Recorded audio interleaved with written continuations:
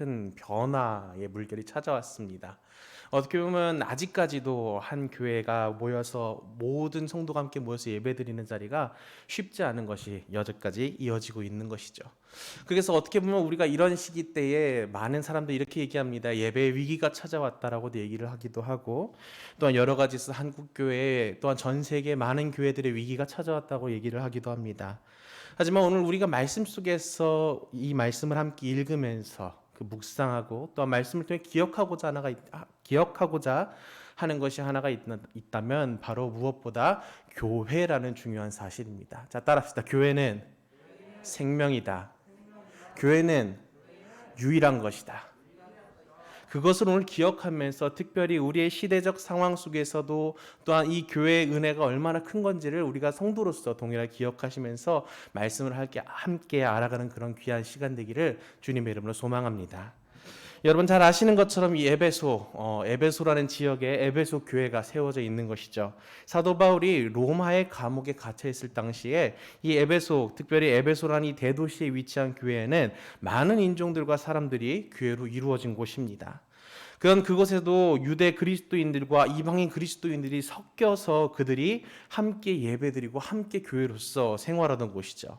하지만 그들 안에선 차별이 존재했고 그들 안에서 마치 어떤 담벼락과 같은 소통이 되지 않는 어떤 무언가 가로막힌 것만 같은 것들이 존재했던 것 같습니다.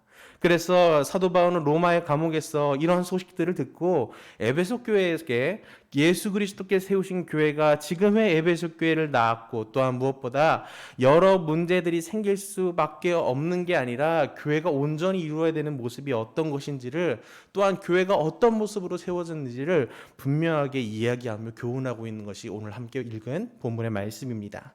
그래서 첫 번째로 사도 바울은 이야기하기를 그리스도 밖에 있을 때의 에베소 교회 그 이방인들이 어떤 자들이었는지 유대인들과의 어떠한 그런 차별들이 있었는지를 분명히 얘기하고 있습니다. 사도 바울은 11절부터 12절까지 해서 그리스도 밖에 있을 때의 이방인의 모습을 상기시키며 말합니다. 사도 바울은 그때 그리고 이제는 이라는 표현을 대조하면서 이방인 성도들에게 일어난 변화가 분명히 있음을 강조하고 있습니다. 그때에라고 해당하는 이 이방인들의 존재는 어떤 것이었습니까? 하나님과의 아무런 상관없는 자들이었습니다. 태생적으로 이방인이라는 존재는 정치적으로 이스라엘 나라 밖의 사람이었으며 그렇기 때문에 약속과 언약과는 아무런 관계도 없는 자들을 가리키는 것이었습니다. 더욱이 영적으로도 세상적인 소망이 많았던 자들로서 오히려 하나님 나라의 참된 소망이 무엇인지 알지 못하였던 자들, 바로 그런 이들을 가리켜서 이방인이라고 얘기했습니다. 그러면 세상이 여러 신들을 섬겼을지는 모르지만 그들을 가리켜서 하나님 없는 자들이었다고 사도 바울은 이야기합니다. 사도 바울은 이러한 과거의 상황을 정확하게 설명함으로써 이방인으로서 이제는 참된 은혜로 누리고 있는 삶이 무엇인지, 이제 현재 가지게 된 놀라운 축복이 무엇인지를 분명하게 설명하면서 우리가 이방인들이 이제는 바뀐 자들이라는 것을 분명히 얘기하고 있다는 것입니다. 현대 지금 사회 가운데서도 유대인들은 여전히 아직까지 자신들은 선택받은 민족이며 하나님 나라의 유일한 백성이라는 자부심을 가지고 살아가고 있습니다. 그런데 그 이전의 시대엔 더욱더 이 영향들이 컸습니다. 그렇기 때문에 온 우주 만물의 주인 되신 하나님의 백성으로서 그들은 선택받았고 축복받아왔기 때문에 그들의 역사를 보아도 실패의 역사는 있을지언정 멸망의 역사는 없다는 것을 그들의 조상과 그들의 삶 가운데서 경험해 왔었기에 더욱더 뿌리 깊은 선민의식으로 그 이방인들을 차별하고 그 이방인들과 함께 할 수 없다는 논리로 가득 찼던 삶들이 어떻게 보면 에베소 교회에 여전히 팽배해 있었던 것입니다. 하지만 복음을 알고 말씀을 알고 있는 우리는 이제 어떻습니까? 구약에서 선택받은 이스라엘 백성들을 넘어서 이제는 예수 그리스도로 말미암아 그 십자가의 사역을 믿는 모든 이들이 이 시대에 참된 하나님 나라의 백성임을 깨닫고 살아가는 자들이 아니겠습니까? 이제는 이스라엘과 아무런 문화적, 지리적 배경조차 겹치지 않는 이 극동, 이 대한민국에 있는 한민족에게 전해진 복음으로 말미암아 우리도 이 시대의 참 백성이요 참된 하나님 나라의 백성이라는 사실을 굳게 믿으며 나아가는 시대로 우리가 지금 살아가고 있지 않습니까? 이 놀라운 은혜는 이 놀라운 사랑과 이 모든 것들은 바로 하나님께서 우리에게 주어주신 놀라운 은혜라는 것을 사도 바울은 계속해서 교회를 통해서 설명해 나가고 있다는 것을 기억하시길 바랍니다. 그렇기 때문에 사도 바울은 11절과 12절에 이르러서 우리가 주님을 믿기 전 혹은 주님께서 구원의 역사를 이루시기 전 그때까지 우리의 삶이 이방인이었던 죄인이었던 우리의 삶이 얼마나 비참했는지를 분명하게 설명하고 온 것입니다. 이제는 변화된 우리의 신분이 이제는 그와 완전히 바뀌어서 대조되어서 우리의 사랑이 우리에게 누리고 있는 사랑이 얼마나 큰 것이며 우리가 누리고 있는 그 은혜가 얼마나 귀중하고 소중한 것인지를 에베소 교회 성도들에게 이제 이방인과 유대인으로서 차별하고 갈라서는 것이 아니라 하나가 되었다는 것을 그 모든 것을 시작으로 설명하고 있는 것이 오늘의 지금 말씀의 시작 부분인 것입니다. 사랑하는 성도 여러분, 우리는 이전에 마치 버림받은 자들과 같은 자들이었습니다. 아무것도 하나님의 말씀과는 상관없는 자들이었음을 우리는 분명히 알아야 됩니다. 하지만 그 모든 것들을 이제 후반부에 가서 계속해서 설명을 하겠지만 주님께서 허무심으로 말미암아 그때 있던 자들이 이제는 변화된 자들로 살아가는 놀라운 하나님 나라의 백성이란 사실을 분명히 기억할 수 있길 주님의 이름으로 소망합니다. 이 놀라운 은혜의 그 은혜의 모든 것들을 먼저 깨닫는 자들이 바로 그 큰 사랑의 은혜를 더욱더 깊이 있게 경험할 수 있는 것입니다. 우리의 이전의 처지가 어떠했는지를 분명히 기억할 때 우리가 누리고 있는 은혜가 얼마나 큰지를 확고하게 붙잡으시며 살아갈 수 있는 여러분들의 삶이 될 수 있기를 주님의 이름으로 부탁을 드립니다. 두 번째로 사도 바울은 이야기하는 것은 바로 그리스도께서 이제 우리를 한 몸 되게 만드셨다는 것입니다. 따라합시다. 그리스도께서 우리를 한 몸 되게 만드셨다. 이 한 몸 되게 만드셨다는 놀라운 은혜의 사실은 우리가 지금의 기독교에 있어서 특별히 오늘 말씀에서 교회를 기억하자고 했을 때 빠뜨릴 수 없는 단어인 것입니다. 이제는 이라는 표현을 이제 사도 바울은 13절의 앞부분에 설명하고 있습니다. 그때는 그랬었겠지만 이제는 우리가 어떠한 삶을 살아가고 있느냐를 분명하게 설명하고자 하는 것입니다. 아까도 말씀드렸다시피 그때는 약속과 소망도 없고 하나님도 없고 멀리 있던 자들이었던 것이 바로 우리의 삶이었습니다. 사도 바울은 이제 우리에게 이제 일어난 것은 무엇이냐? 바로 그리스도 예수 안에서 이방인이었던 자들이 그리스도의 피로 가까워졌음을 선포한다는 것입니다. 멀리 있던 자들이 가까워졌으며 소망이 없는 자들이 소망이 생겼으며 무엇보다 하나님을 알지 못하고 하나님과 상관없던 자들이 이제는 하나님과 함께하는 자들임을 분명히 이야기하고자 한다는 것입니다. 사도 바울이 설명한 가까워졌다는 의미는 먼저 이방인인 자들이 이스라엘 즉 유대인들과 가까워졌다는 것입니다. 아까도 말씀드렸다시피 유대인과 이방인의 그런 차별과 그런 허물어지지 않는 그런 담벼락 때문에 그들은 서로 함께하지 않았고 때로는 많은 분란과 여러 가지 문제들이 나타났을 것입니다. 하지만 이제 하나님께서 그리스도 예수 안에서 이방인과 유대인을 무엇보다 이 모든 민족들을 한 사람들을 하나로 만드신 한 몸으로서 이제 역할을 나아가는 것을 분명히 얘기하신다는 겁니다. 그러한 관계의 회복, 바로 성경학자들이 얘기하는 십자가에 달리신 예수님의 모습과 같이 수평적이었던 인간과의 관계와 수직적인 하나님과 사람과의 관계가 온전히 이제는 막힌 것 없이 해결되어져 한 몸을 이루는 놀라운 은혜 사건을 설명하는 것이 13절부터 이루는 놀라운 우리의 변화된 삶의 모습이라는 것입니다. 특별히 14절과 18절에 나뉘었던 자들이 갈라설 수밖에 없는 자들, 즉 유대인과 이방인들이 이제는 하나가 될 수 있고 함께 할 수 있게 된 것, 바로 그것이 누구 때문에 가능한 것이었습니까? 바로 예수 그리스도로 말미암아 가능케 된 것을 사도 바울은 분명히 얘기하고 있습니다. 그래서 14절에서 그가 우리의 평화시로다. 즉 주님께 전해주신 그 은혜의 평화, 주님께서 우리에게 허락하신 그 평화라 하면 이제는 갈라질 수밖에 없는, 갈등을 초래할 수밖에 없는 자들이 하나됨으로 화평케 되어지고 화목케 되어진 놀라운 은혜의 사건을 주님께서 이루신 놀라운 은혜의 사건으로 말미암아 가능케 된 것이라 얘기하는 것입니다. 14절과 15절을 통해서 예수님께서 어떤 상태에 있던 이방인과 유대인들을 어떠한 방법과 어떠한 목적으로 화평하게 하고 평화롭게 했는지를 얘기하고 있습니다. 인류는 어떻게 보면 둘로 나뉘었습니다. 하나님의 백성과 아니면 하나님의 백성이 되지 못한 자들. 어떻게 보면 지금도 여전히 이 모습은 이어지고 있겠지만 특별히 구약의 모습 속에서 그렇게 보이는 하나님의 백성과 하나님의 백성 되지 못함의 모습은 어떤 모습이었습니까? 함께 식탁에도 앉을 수 없으며 함께 결혼도 할 수 없으며 완전히 다른 문화와 생각과 여러 가지를 가지고서 살아가는 아예 구별된 자들이었습니다. 분별된 자들이었습니다. 그런데 이제는 예수 그리스도께서 그 모든 차이점과 그 모든 것을 붕괴하시고, 즉 오늘 말씀에서도 나오는 것처럼 중간에 막힌 담과 원수된 것을 이제는 유일하게 하나님 나라의 백성으로 여겨졌던 그 유대인이라 칭하던 선민들을 이제는 모든 이방인과 더불어서 그리스도 예수 안에서 하나로 이으신 놀라운 은혜에 화평과 한몸됨을 주님께서 만드셨다는 것입니다. 예수님께서 마치 막힌 담과 같고 원수되게 된 것만 같은 그런 모든 것들, 오늘 말씀에서 특별히 이것을 계명의 율법을 어떻게 하셨다 얘기합니까? 바로 자기 육체로 패하시고 온전한 완성을 이루심을 통해 이러한 담대었던 모든 것들을 무너뜨리고, 따라합시다. 둘이 한 세 사람을 지어 화평하게 하였다. 한 몸과 마찬가지로 이제는 하나의 새로운 사람으로 지으셨다는 것입니다.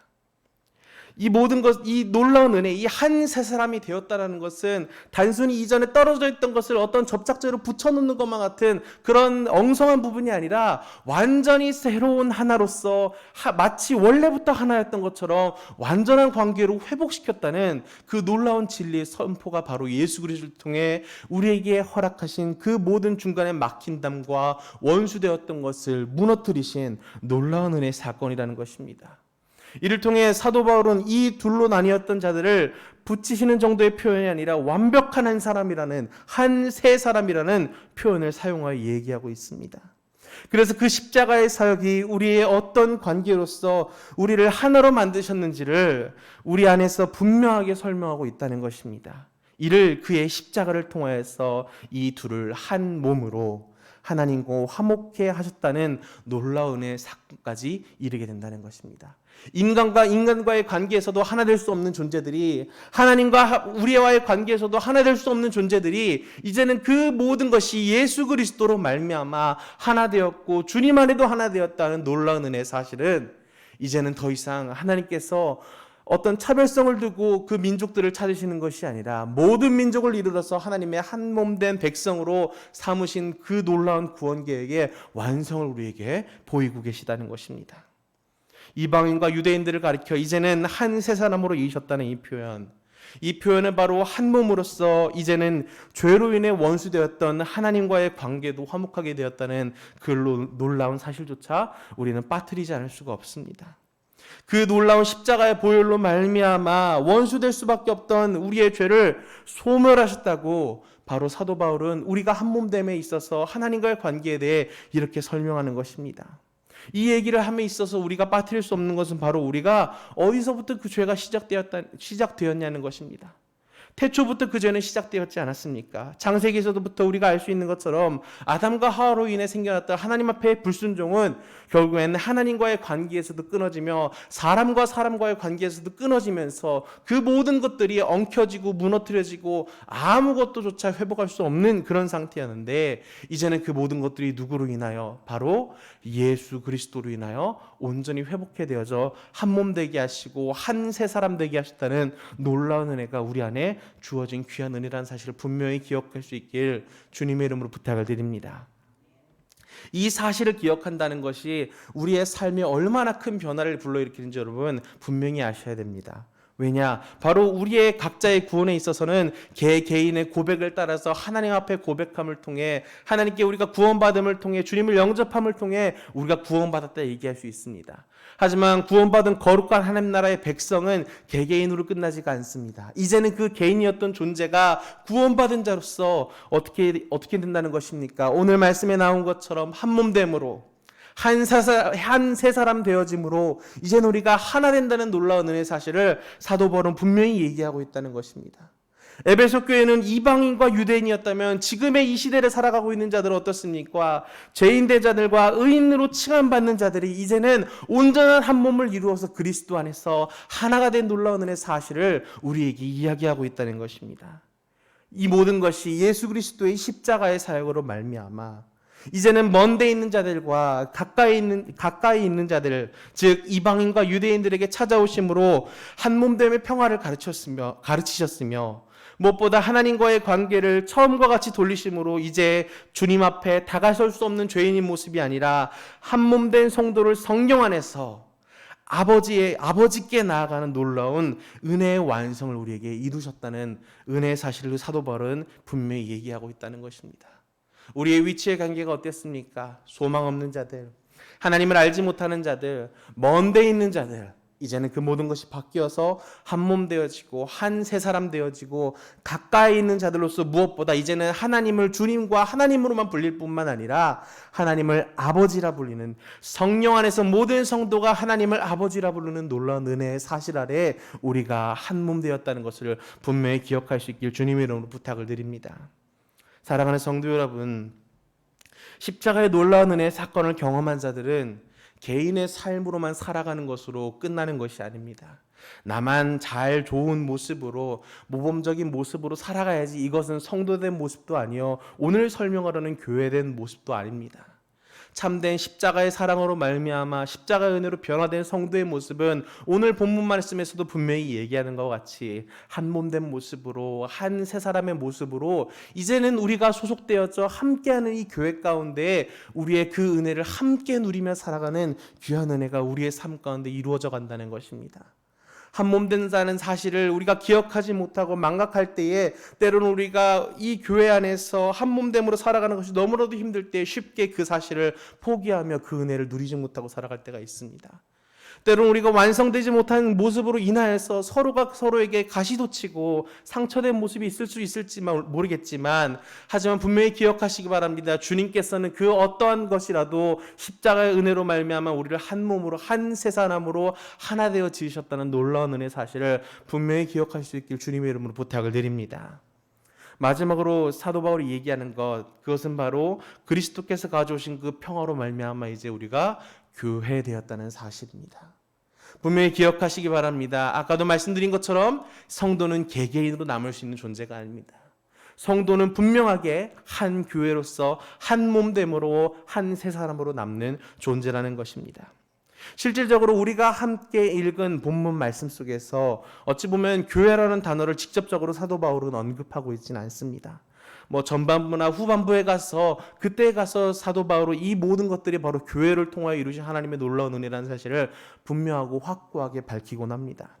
하지만 우리가 이 말씀을 읽은 자로서, 무엇보다 구원받은 하나님의 백성으로서 이 말씀을 볼 때 우리가 빠지지 않고 알 수 있는 것은 무엇입니까? 이것을 통하여서 한 몸됨을 통해서 우리를 교회로 이루셨다는 놀라운 은혜의 사실입니다. 교회의 모든 것을 설명하면서 우리의 관계에 대해서도 분명한 변화가 있음을 얘기합니다. 그래서 이제는 많은 것들을 얘기하지만 이제는 외인과 나그네가 아니라 성도들 안에서 동일한 시민이요 하나님의 권속, 즉 가족이라는 사실을 다시 한번 강조하며 얘기하고 있습니다. 이제는 우리가 원수된 것으로 상징되었던 그러한 관계가, 사람과 사람과의 관계, 하나님과 우리와의 관계가 이제는 그리스도 예수 안에서 십자가로 말미암아 하나 되어진 놀라운 동일한 시민이요 하나님을 아버지로 삼는 권속으로서 하나님의 가족의 구성원으로서 살아간다는 것을 분명히 얘기하고 있습니다. 그렇기 때문에 우리가 교회를 가리켜서 얘기할 때 한 몸된 가족이다, 가정이다, 모든 걸 가지고서 얘기하지 않습니까? 그렇기에 사도 바울은 이전절 18절에서 얘기하기를 아버지께 나아감, 특별히 이 아버지께라는 건 그가 하나님께라고도 쓸 수 있음에도 불구하고 사도 바울은 분명한 차이점, 바로 우리가 하나님의 권속이 되었다는 사실을 강조하기 위해서 하나님께가 아니라 아버지께 나아감을 얻게 하려 함이라고 분명히 얘기하고 있다는 사실입니다. 주님을 우리가 아버지라고 부를 수 있다는 놀라운 은혜의 사실을 사도 바울은 우리에게 분명히 가르침으로써 교훈하고 있습니다.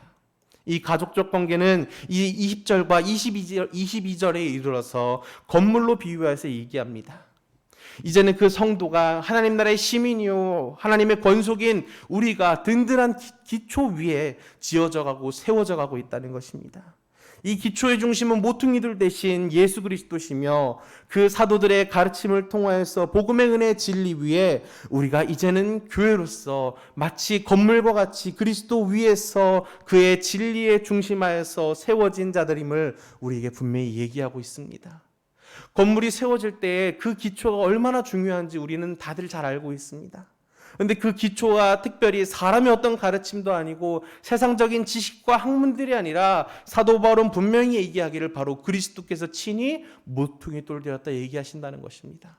그 복음의 진리와 그 복음의 정수가 우리가 교회됨의 그 가르침의 근본이며 모든 것에 하나 된다는 은혜의 사실을 우리에게 분명히 가르치고 있다는 것입니다.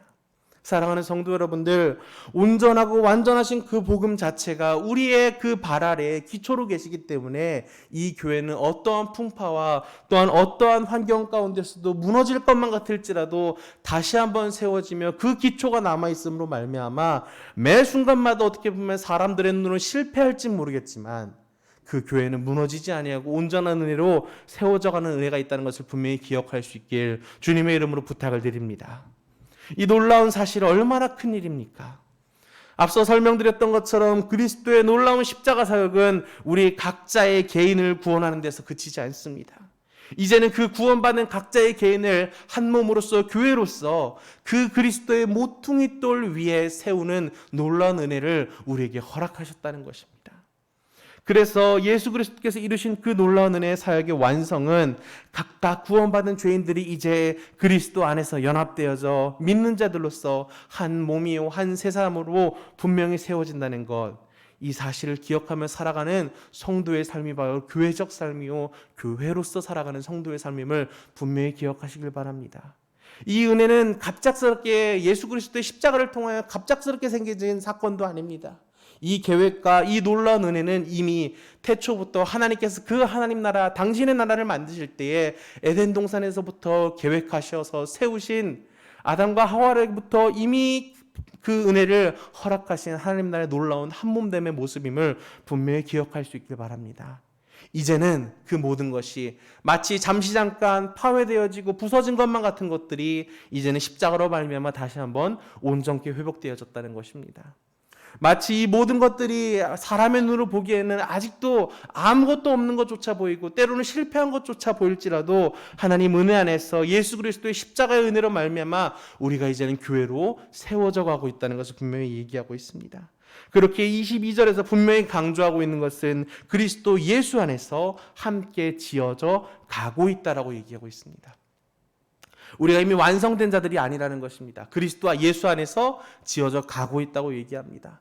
모든 영어 성경을 찾아봤을 때도 모든 것이 이미 완료된 형태로서 단어가 쓰인 것이 아니라 진행되어져 가고 있는 과정이라는 것으로 모든 단어가 쓰여진 것을 확인할 수가 있었습니다. 그런 것처럼 하나님의 은혜 안에서 이제 성도는 한몸됨으로 교회로서 지어져 가고 있다는 사실을 분명히 기억하시며 우리가 때로는 우리의 실수로 때로는 우리의 부족함으로 이 교회가 아직도 하나님의 놀라운 완성이라며 하나님의 완전한 것이라며 라고 반문이 될 때 분명히 기억하시기 바랍니다. 교회는 그리스도 예수 안에서 지어져 가고 있는 존재라는 사실입니다. 그것을 기억할 때 바로 우리가 교회로서 이 땅에 이 삶을 세워져 나가며 살아가며 은혜 가운데 살아갈 수 있다는 것입니다. 사랑하는 성도 여러분들, 오늘 말씀을 통해서 특별히 이 교회됨에 대해서 우리가 어찌 보면 너무나도 기초적인 사실을 함께 나눈 것, 이것은 다른 것이 아닙니다. 이 시대의 위기 가운데 저는 분명히 기억할 것, 우리가 교회로서의 존재를 분명히 기억하며 살아가고자 이 말씀을 함께 나누어 보았습니다. 세상에 많은 이들이 얘기합니다. 이제 이런 환경과 이런 재난으로, 이 코로나19 바이러스로 인한 이런 재난으로 말미암아 교회에 혹은 예배에 새로운 변화와 바람이 불어일으켰다. 심지어는 한간에 제2의 종교 개혁이 불어일으켰다라고 말할 정도로 우리의 환경이 너무나도 많이 뒤집혀져 있는 사실을 볼 수가 있습니다. 이렇게 교회에 모두가 함께 나와서 예배드리는 것이 너무나도 감격스럽게 매주마다 느껴지는 것은 바로 우리의 현실을 지금 어찌 보면 나타내고 있는 사실일지도 모릅니다.